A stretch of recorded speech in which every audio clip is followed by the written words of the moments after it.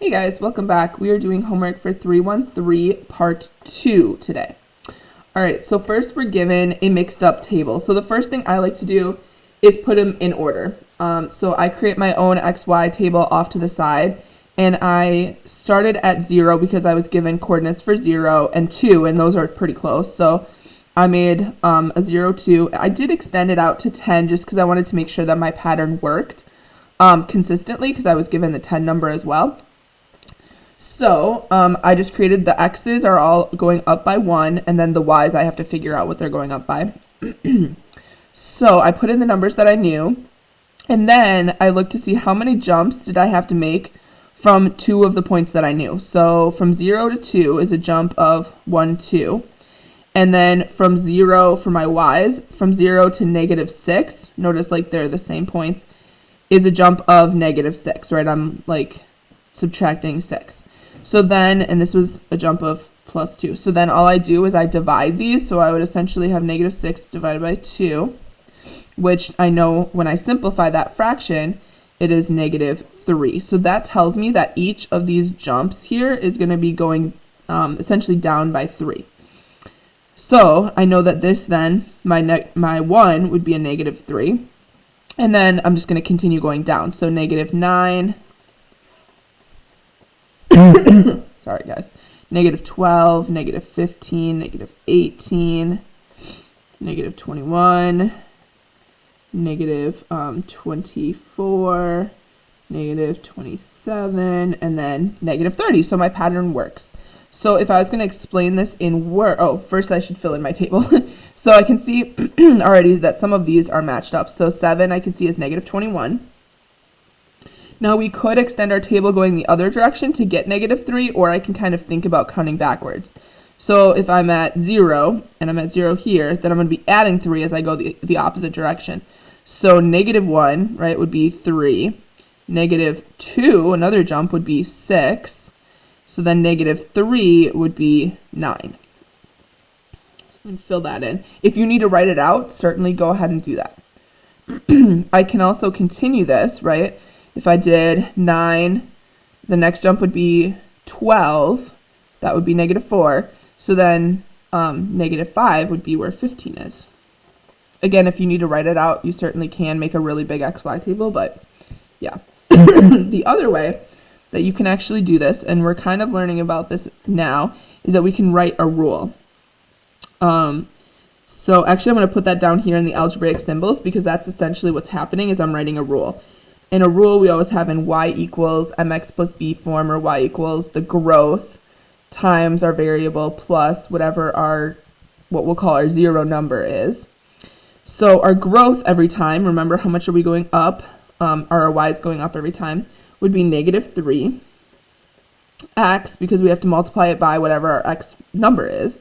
And then whatever our 0 number is, that means when x is 0, y is whatever. In this case, it's 0, so I could say plus 0, or I could just leave it, because we know when we add 0 to anything, it doesn't change it.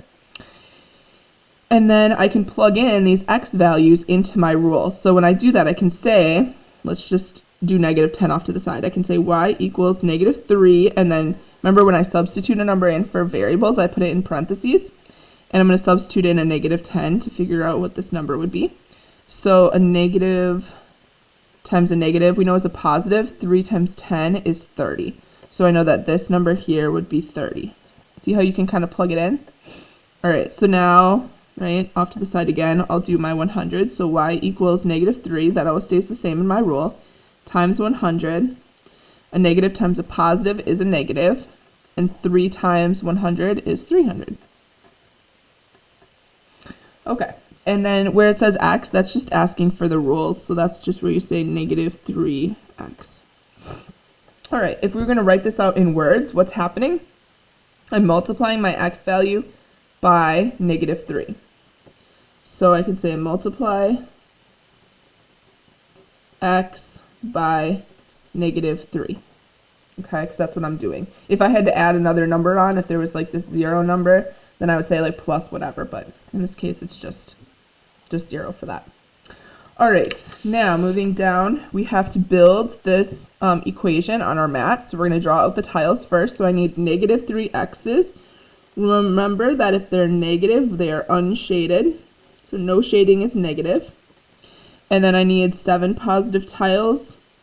When I'm doing this, I like to just build it all in the top region unless they tell me I have to do it differently, because then I don't have to mess with the negative region.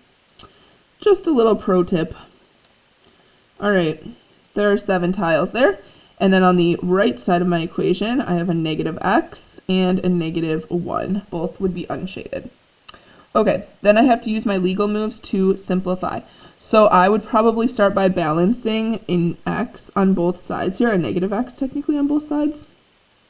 So I'm just going to circle that and get those out of there. So then that's gone and this is gone.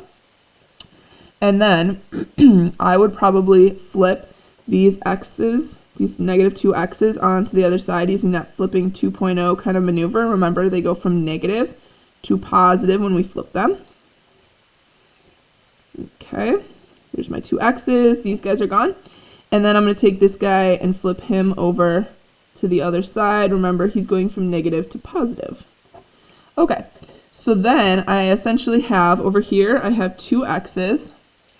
And over here, I have 1, 2, 3, 4, 5, 6, 7, 8 units. So then I would just divide my x's, divide by 2 on both sides. So x equals 4, right? Because 2 goes into 8 4 times. All right, then we can flip that over. And now we're given an equation up here, and we have to write the original. So we start in the top on the left side, and I have 2 x's, so 2x plus a positive 1, plus 1.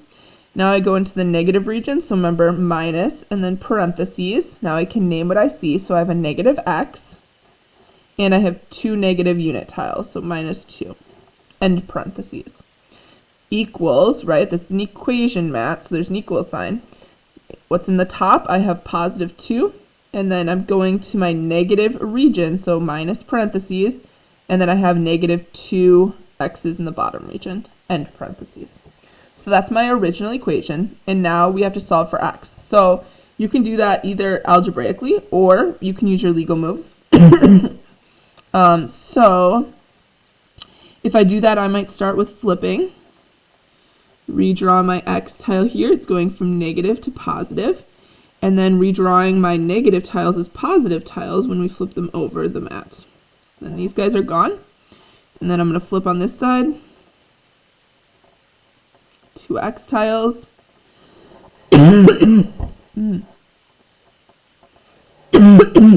Sorry, I'm coughing so much, guys. All right, then those guys are gone. Then I probably would balance out. I can see that I have 2 positive x tiles on this side, and I have 2 positive unit tiles, so I can actually get rid of all of this by getting rid of all of this, 2 x's and 2 unit tiles. All right, so I have nothing left over here. Big fat 0. Over here, I have an x and then a positive 1, so x plus 1. Then, to get the x alone, I have to take this last positive tile and flip it, going from positive to negative. Essentially, I'm doing minus 1 on both sides. So that leaves me with x equals negative 1. So that's what I write over here. Okay. For number 31, it says that we have tickets to 50 home baseball games, and that it would cost $1,137.50. And it says, how much would it cost to go to 81 home games? So we have to set up a proportion. To do this, we're going to take our cost, and we're going to be putting that on the top, and our games would be on the bottom of our fraction. And then we're going to take, again, the cost, which we don't know, right? We know we want for 81 home games, so we don't know the cost, so that is an x. That's our variable up on the top. Notice the cost is on the top, the games are on the bottom, and then 81 games. Then we can cross multiply these, right? We can multiply these two. So when we do 50 times x, that would be 50x equals Then when we multiply 81 times $1,137.50, we get $92,137.50. And then to solve for x, remember, we have to divide by that number in front of the variable, because this then makes a giant 1. So we're going to divide by 50 on both sides. When we do that, we get x equals $1,845.75. So this tells me this is how much it would cost to go to 81 home games. Okay. Now, it's telling us that in this one, how many games could we go to for $728? So again, the money is on the top, so we have to keep that consistent. So 728 goes on the top. We don't know how many games that's for, so that would go on the bottom with the 50. Okay, and then again, we're going to cross multiply. So that would leave me with 1,137.5 x equals, then when we multiply 728 times 50, that would be 36,400. And then we're going to divide, okay, because we're trying to get this x number alone. So we're dividing by 1,137.5 on both sides, which is going to leave me with, when I divide that, it's going to be a decimal. You're going to have to round it, but it should be about 32 games. All right, there we go. And then lastly, the cost of one game, right? So for this, we can just divide. We can take what we know, what we're given up here, 1,137.5, and we can divide it by how many games, 50, right? And get like a unit rate. And when we do that, we end up with $22.75. That would be the cost for one game. All right, last but not least, we have Lila that has 3 x squared tiles, 2 x tiles, and 8 unit tiles. And her friend here has 5 x squared, 2 unit tiles. And we have to add, right? We have to put these together and add them up. So first, let's write out what this would look like in an equation. So we have 3 x squared tiles, so that means 3x squared, plus 2x tiles, 2x, plus 8 unit tiles, plus 8. And we're going to be adding these together eventually, so I'm just going to put a plus sign like in here, but it's not part of this part. And then her friend that has 5x squared tiles and 2 unit tiles. And we have to find the sum because we're adding their 2 groupings of tiles together. So when I look at combining my like terms, I can see I have 2 different x squareds that I can add together. So 5 plus 3 is 8. So we have 8x squared. I don't have any other x's on this side, so we would just write plus 2x because those are still there. And then we have to add our 8 and our 2 unit tiles, so that would be plus 10. This is as simplified as we can get it by combining like terms. All right, and then we are asked to simplify this next piece.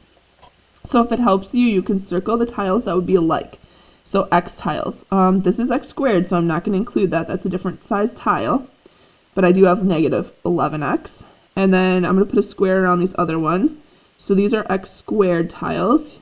Notice how I am including the sign out in front of all of these. And then unit tiles, I'm just going to underline. Okay, so now I can combine my like terms. So I have 4x and negative x, which when we combine those, we would have negative 7x.